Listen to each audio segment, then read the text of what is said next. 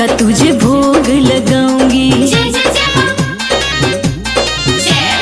राहों में तेरी मैया कलियां बिछाऊंगी, हलवा पूरी का तुझे भोग लगाऊंगी। बेटा जो तुझको याद करे तो, बेटा जो तुझको याद करे तो दिल की साध पुरा जइयो।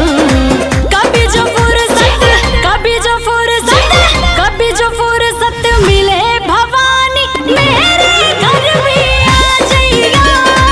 कभी जो फुर्सत मिले भवानी मेरे घर भी आ जइयो। जय मां, जय मां, जय मां, जय मां।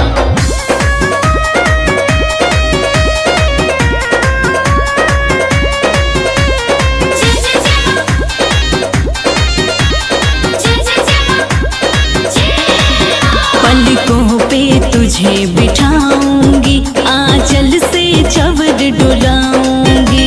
आंचल से चवर डुलाऊंगी, आंचल से चवर डुलाऊंगी। रोली का तिलक लगा के माँ तुझे भाव से भजन सुनाऊंगी। तुझे भाव से भजन सुनाऊंगी, तुझे भाव से भजन सुनाऊंगी।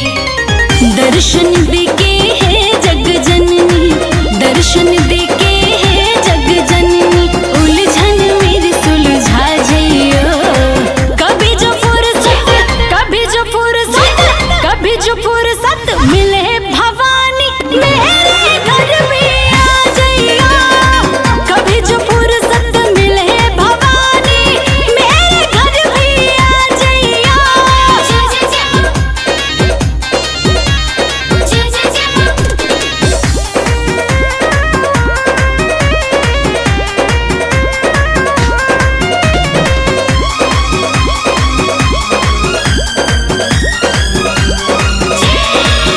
नाराज नहीं हो जाना माँ, हो जाए जो गलती थोड़ी।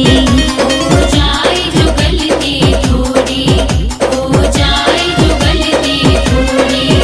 भक्ति की लाज बचा